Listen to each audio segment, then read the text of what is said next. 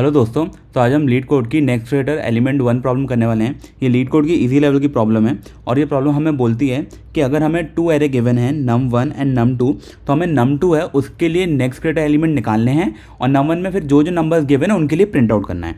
ठीक है, तो अब सबसे पहले हम ये देख लेते हैं कि नेक्स्ट इटरेटर एलिमेंट होता क्या है। तो फॉर एग्जाम्पल हमें जो एरे गिवन है दैट इज़ 1 3 4 2, तो इसमें अगर हम देखें तो 1 के लिए जो नेक्स्ट इटरेटर एलिमेंट है, तो बेसिकली नेक्स्ट इटरेटर एलिमेंट वो होता है जिसको हम सीक्वेंशियल ऑर्डर में देखें तो जो सबसे पहला हमें बड़ा एलिमेंट मिल जाता है अपने करंट एलिमेंट से जिसके लिए हम निकाल रहे हैं, वो हमारा हो जाता है नेक्स्ट इटरेटर एलिमेंट। तो अगर हम 1 के लिए देखें तो 3 4 2 है, तो 3 1 से बड़ा है, तो 1 के लिए क्या हो जाएगा 3 हमारा नेक्स्ट इटरेटर एलिमेंट हो जाएगा। अगर 3 के लिए देखें तो क्या है, 3 के लिए है 4, 4 के लिए देखें तो 4 के लिए हमारे पास कुछ भी नहीं होगी क्योंकि या तो 2 है या तो फिर एरे एंड हो जाती है तो -1, और सिमिलरली 2 के लिए आगे कुछ है नहीं तो -1। तो बेसिकली जो राइट में होते हैं। अब अपन क्या करते हैं कि अब अपन एक ऐसी एरे देखते हैं जिसमें नेक्स्ट इटरेटर एलिमेंट तो निकालना है लेकिन वो कॉन्जिक्यूटिव नहीं होंगे। ठीक है, तो फॉर एग्जांपल मेरे पास एरे है 3 2 1 6 2, फॉर एग्जांपल ये एक मेरे पास एरे है। तो अब अगर मैं देखूं तो मेरे लिए 3 के लिए जो नेक्स्ट इटरेटर एलिमेंट वो क्या होगा, ऑब्वियसली 2 नहीं हो सकता, 3 के लिए 1 भी नहीं हो सकता, तो 3 के लिए क्या हो सकता है, सीधे ओनली 6 इज पॉसिबल। तो 3 के लिए जो मेरा नेक्स्ट इटरेटर एलिमेंट हो जाएगा 6। अब जो 2 है 2 के लिए भी मेरा 6 हो जाएगा, 1 के लिए भी मेरा 6 हो जाएगा, 6 के लिए मेरा -1 क्योंकि कुछ है नहीं, और 2 के लिए भी मेरा -1। तो ये तो हमने देख लिया कि क्या होते हैं हमारे नेक्स्ट इटरेटर एलिमेंट। अब इसको हम कैसे निकाल सकते हैं, तो इस पर्टिकुलर प्रॉब्लम में हम क्या करने वाले हैं, हम 3 अप्रोचेस देखेंगे। ठीक है, हमारे पास 3 अप्रोचेस होंगी।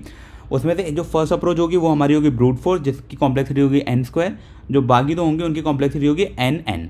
ठीक है, तो अपन क्या करते हैं एक एक करके वो तीनों की तीनों अप्रोच देख लेते हैं। सबसे पहले स्टार्ट करते हैं समझना ब्रूट फोर्स अप्रोच से। ठीक है, तो ब्रूट फोर्स हमें क्या बोलता है कि हम एरे को हर एलिमेंट के लिए इटरेट करेंगे और निकालेंगे वैल्यूज़। ठीक है, तो फॉर एग्जांपल मेरे पास ये एरे है, फॉर एग्जांपल 4 5 3 2 6 2 फॉर एग्जांपल। अब मैं क्या करूँगा, मैं स्टार्ट करूँगा 4 से। अब मैं 4 के लिए पूरा ट्रेड करूँगा तो 4 के लिए मुझे मिल जाएगा 5। अब जब मैं 5 के लिए ट्रेड करूँगा तो मुझे मिल जाएगा 6, 3 के लिए ट्रेड करूँगा 6, 2 के लिए ट्रेड करूँगा 6, 6 के लिए -1 एंड 2 के लिए -1। अब मैं ट्रेड कैसे करूँगा, मैं ट्रेड ऐसे करूँगा कि मैं एक फॉर लूप लगाऊंगा for i = 0 to i less than n where n is the length of array. Now मेरा पास एक सेकेंड लूप होगा जो j = i + 1 से होगा क्योंकि i मेरा करंट एलिमेंट है, up to j less than n। अब एक इफ़ कंडीशन लगेगी कि इफ़ एरे ऑफ i अगर मेरा लेस देन है एरे ऑफ j से, तो उस केस में मैं एक आउटपुट करके जो भी मेरा वेरिएबल होगा एक एरे होगी है उसके ith इंडेक्स पर, बिकॉज मैं ith के लिए चेक कर रहा हूँ, उसमें डाल दूंगा मैं एरे ऑफ j और मैं कर दूंगा ब्रेक। ठीक है, अब ऑब्वियसली ये मेरा कितना टाइम चलने वाला है, तो ये सबसे पहले अपना चलेगा 1 टाइम, फिर चलेगा 2 टाइम, फिर चलेगा 3 टाइम, ऐसे करते करते ये अपना चलेगा n-1 और फिर n। ठीक है, अब अगर इसको देखें तो ये होता है अपना n × n + 1/2 which is n² complexity. ठीक है, तो ये तो हो गया हमारा ब्रूट फोर्स n² कॉम्प्लेक्सिटी के साथ। अब अपन दूसरी अप्रोच देखते हैं। ठीक है, तो अब जो अपनी अप्रोच 2 है तो उनमें हम क्या यूज़ करेंगे, जो हमारी अप्रोच 2 और 3 हैं उसमें हम दोनों में यूज़ करेंगे स्टैक। ठीक है, हम दोनों में यूज़ करने वाले हैं स्टैक, बिना स्टैक के वो चीज़ पॉसिबल नहीं है। ठीक है, अब द ओनली डिफरेंस इज कि अगर हम लोग 2 अप्रोच के लिए देख रहे हैं तो उसमें हम क्या करेंगे, हम जो हमारी एरे गिवन होगी हम उसे पीछे से इटरेट करेंगे और वैल्यूज़ पे इटरेट करेंगे। ठीक है, वहीं पर हमारी जो अप्रोच 3 होगी उसमें भी हम एरे पे अप्रोच करेंगे इन द फॉरवर्ड ऑर्डर, लेकिन वहाँ पे हम इंडेक्स पे करेंगे। ठीक है, लेकिन दोनों केस में हम यूज़ करने वाले हैं स्टैक को। ठीक है, ये हमारे लिए वेरी इंपॉर्टेंट है, बिना स्टैक के पॉसिबल नहीं है। ठीक है, तो अब अपन क्या करते हैं, अपन एक एक करके दोनों अप्रोचेस देखते हैं। तो सबसे पहले अपन क्या करने वाले हैं, अपन देखते हैं अप्रोच नंबर 2। तो अप्रोच 2 देखते हैं, अपन ने जो एरे है वो वही वाली ले लेते हैं जो ऊपर देखी थी 4 5 3 2 6 2। ठीक है, अब अपन क्या करेंगे, हम यहाँ पे एक स्टैक लेके चलेंगे। तो मैंने क्या किया कि मैंने एक स्टैक ले ली। ठीक है, अब मैं क्या करूँगा, मैं यहाँ पर पीछे से करूँगा क्योंकि मुझे यहाँ पे क्या करना है, पीछे से ट्रेड करना है। ठीक है, तो सबसे पहले मैं देखूँगा 2 के लिए, तो पहले मैं देखूँगा क्या मेरा स्टैक एम्प्टी है, उसमें कुछ वैल्यूज़ नहीं है। अगर मेरा स्टैक एम्प्टी है तो मैं क्या करूँगा, इसके लिए वैल्यू कर दूँगा -1 और स्टैक में वो नंबर डाल दूँगा। तो वो स्टैक में मैंने डाल दिया 2।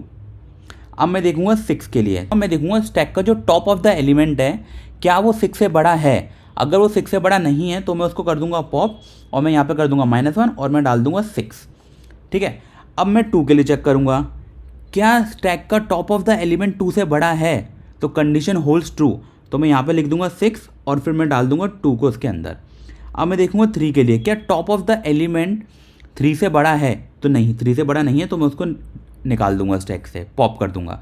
अब मैं देखूंगा जो मेरे next top of the element है, क्या वो मेरा 3 से बड़ा है? तो येस, वो मेरा 3 से बड़ा है, तो मैं वो वैल्यू यहाँ पर डाल दूंगा और फिर मैंने 3 को डाल दिया। ठीक है, अब मैं 5 के लिए देखूंगा, क्या मेरा टॉप ऑफ द एलिमेंट 5 से बड़ा है? तो मेरा टॉप ऑफ द एलिमेंट 5 से बड़ा नहीं है, तो मैं उसको पॉप कर दूंगा। अब मैं देखूंगा कि अब जो टॉप ऑफ द एलिमेंट है स्टैक के अंदर, क्या वो मेरा 5 से बड़ा है? तो येस, वो मेरा 5 से बड़ा है, तो इसके लिए हो जाएगा 6 और मेरा 5 चला जाएगा स्टैक के अंदर। अब मैं देखूंगा 4 के लिए कि जो मेरा टॉप ऑफ द एलिमेंट है स्टैक का, क्या वो मेरा 4 से बड़ा है? तो येस, मेरा 4 से बड़ा है, तो मैंने उसमें 5 डाल दिया और मैंने यहाँ पे 4 डाला एंड मेरी एरे इटरेट हो चुकी है। This is my final answer, this is my final answer. ठीक है, अगर अपन देखें तो 4 के लिए 5 हो गया, अब 5 के लिए 3 नहीं हो सकता, 2 नहीं हो सकता, तो सीधे 5 के लिए 6 ही हो सकता है। अब 3 के लिए भी 2 नहीं हो सकता, तो 3 के लिए भी 6, 2 के लिए भी 6। ठीक है, और 6 के लिए -1 होगा, 2 के लिए -1 होगा, तो यही हमारा आंसर होना चाहिए, तो यही हमारा आंसर आया। तो ये थी अपनी अप्रोच टू इसको करने की, कि हमने स्टैक यूज़ किया और रिवर्स ऑर्डर में इटरेट करते हुए हमने करा। तो ये हमारा रिवर्स ऑर्डर में किया हमने on the values, for values. ठीक है, और इसकी कॉम्प्लेक्सिटी क्या होगी? इसकी कॉम्प्लेक्सिटी होगी हमारी बिग O ऑफ n। तो big O of n complexity हमने इसे सॉल्व किया है। अब हम लोग देखते हैं अप्रोच नंबर 3। तो अप्रोच नंबर 3 में हम क्या करने वाले हैं, हम यहाँ पर भी स्टैक यूज़ करेंगे और यहाँ पे हम जो इंडेक्सेस है उसके ऊपर लॉजिक लिखेंगे। ठीक है, जो हमारे पास एरे होगी उनके इंडेक्सेस पे। तो मैं सेम एरे लेके चलता हूँ, तो मेरे पास एरे होगी 4 5 3 2 6 2। ठीक है, अब यहाँ पे मैं एक स्टैक बना लेता हूँ। ठीक है, ये मैंने बना ली अपनी स्टैक, और यहाँ पे मैं क्या करने वाला हूँ, फॉरवर्ड ऑर्डर में से इटरेट करने वाला हूँ। और यहाँ पे हमें इंडेक्सेस पे लॉजिक लिखना है, तो यहाँ पे इंडेक्स लिख देता हूँ 0 1 2 3 4 5। ठीक है, अब अपन क्या करेंगे, जो स्टार्टिंग में होगा ना, स्टार्टिंग में जो 0th इंडेक्स होगा वो मैं इसमें फिल कर दूंगा।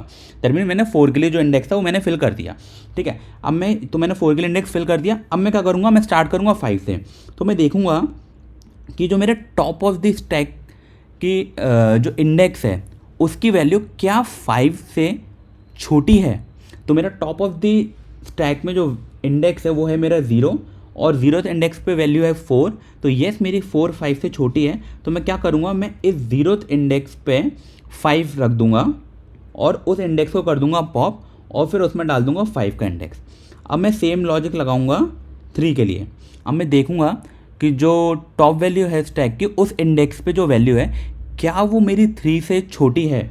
तो मेरी जो स्टैक की टॉप वैल्यू है वो है 1 और 1 इंडेक्स पे मेरी वैल्यू है 5। तो मेरा 5 3 से बड़ा है, तो मतलब वो छोटा नहीं है, तो मैं 3 का भी इंडेक्स उसमें डाल दूंगा। अब मैं देखूंगा कि 2 के लिए, क्या जो मेरा टॉप वैल्यू है स्टैक की उस इंडेक्स की वैल्यू क्या मेरी 2 से छोटी है। तो नहीं, 3 मेरा 2 से बड़ा है, क्योंकि 2th इंडेक्स पे वैल्यू है 3, तो मैं यहाँ पर रख दूंगा 2 का इंडेक्स। अब मैं देखूँगा 6 के लिए, क्या मेरा जो स्टैक की टॉप वैल्यू है दैट मीन्स इंडेक्स 3, क्या वो वैल्यू मेरी 6 से छोटी है। तो येस, वो मेरी 6 से छोटी है, तो मैं 3th इंडेक्स पे उसमें मैं रख दूंगा 6। तो मैंने जो 3 इंडेक्स है उस पर मैंने मेंशन कर दिया 6 और उसको पॉप कर दूंगा। अब मैं 2th इंडेक्स के लिए देखूंगा, तो 2th इंडेक्स की जो वैल्यू क्या वो 6 से छोटी है। तो येस, 2th इंडेक्स की वैल्यू भी 6 से छोटी है, तो मैं इसको पॉप कर और मैंने डाल दिया 6। अब मैं देखूँगा 1th इंडेक्स की वैल्यू का 6 से छोटी है। तो येस, 1th इंडेक्स की भी वैल्यू 6 से छोटी है, तो इसमें मैंशन कर दिया 6। अब इसके बाद मैं देखूंगा 2 के लिए, पहले 6 का इंडेक्स डाल देता हूँ 4। अब मैं देखूंगा 2 के लिए, जो टॉप ऑफ द स्टैक की वैल्यू थी 4th, तो 4th इंडेक्स की वैल्यू क्या 2 से छोटी है। तो 2 से छोटी नहीं है, तो मैंने 2 का इंडेक्स डाल दिया 5 और ये मेरा खत्म हो गया और मैंने यहाँ पे रख दूंगा -1 तो ये था मेरा थर्ड अप्रोच और इसकी कॉम्प्लेक्सिटी भी होगी मेरी बिग ऑफ n। ठीक है, तो ये थे अपने 3 अप्रोच। अपन कोड से करेंगे अप्रोच नंबर 3 को, क्योंकि उस पर्टिकुलर कोड से हम काफ़ी और प्रॉब्लम्स भी कर सकते हैं। ठीक है, तो ये तो हो गया। अब इसको अपन कोड करने चलते हैं लैपटॉप पे।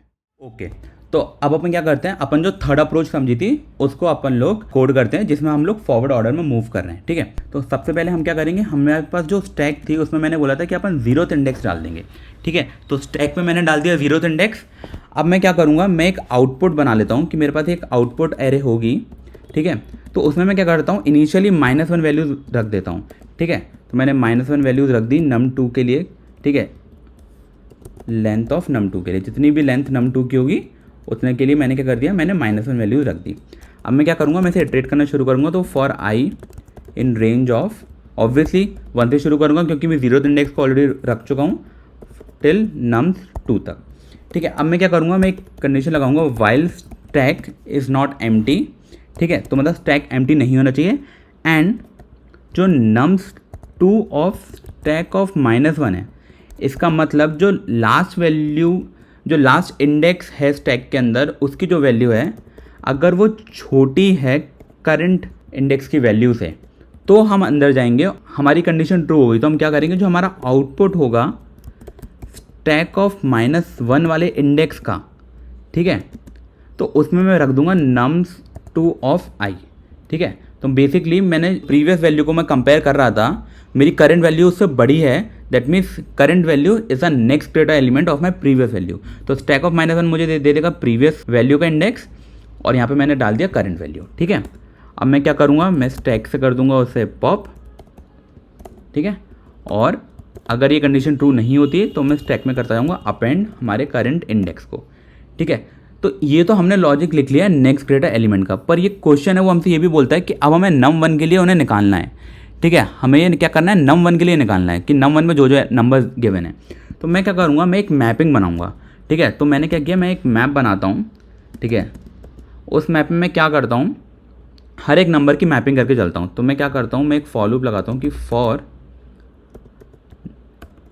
i in range of length of nums2। ठीक है, और मैं क्या बनाऊंगा, मैं एक डिक्शनरी बना रहा हूँ बेसिकली। उस डिक्शनरी में क्या करूँगा कि जो भी मेरा nums2 ऑफ i है, ठीक है, उसमें मैं इनिशियली वैल्यू रख दूंगा -1। ठीक है, दैट मीन्स nums2 में जो भी नंबर आता जाएगा, फॉर एग्जांपल 1 3 4 2, तो उनकी इनिशियल वैल्यू जो मैंने स्टोर करके रखी है वो है -1।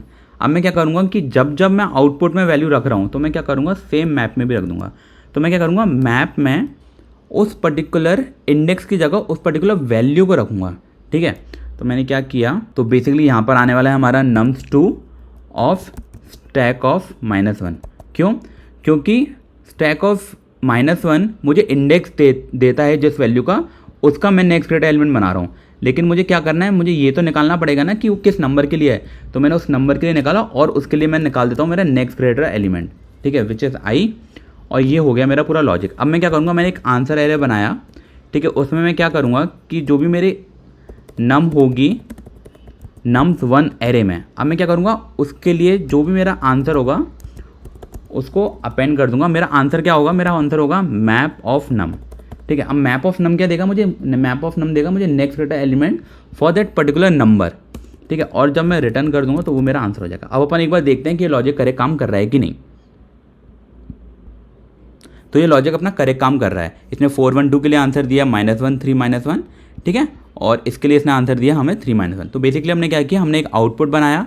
तो आउटपुट में हम क्या कर रहे थे, हम एक्चुअल जो हमारा नेक्स्ट ग्रेटर एलिमेंट आ रहा था उस पर्टिकुलर इंडेक्स के लिए हम आउटपुट में से वो स्टोर कर रहे थे, और मैप में हमने क्या स्टोर करा कि उस जो नंबर के लिए आया है। बेसिकली आउटपुट में हम क्या कर रहे थे कि 4 के इंडेक्स के लिए सेव कर रहे थे, और मैप में हमने क्या किया, हमने 4 वैल्यू के लिए सेव किया। अब इसको सबमिट करके देख लेते हैं। तो ये हमारा सक्सेसफुली सबमिट हो चुका है। तो ये था हमारा नेक्स्ट ग्रेटर एलिमेंट 1। इसमें और भी प्रॉब्लम है नेक्स्ट ग्रेटर एलिमेंट 2 वगैरह, हम वो भी देखेंगे। और जो हमारा लार्जेस्ट रेक्टेंगल इन हिस्टोग्राम है वो भी इसी अप्रोच पे बेस्ड है। ठीक है, तो वो हम ऑलरेडी देख चुके हैं। तो आप अगर एक बार इस प्रॉब्लम को देख के वहाँ पे जंप करेंगे तो हो सकता है आपको और बेटर अंडरस्टैंडिंग मिले। Okay, so thank you for the video guys, मिलते हैं अगली वीडियो में, बाय।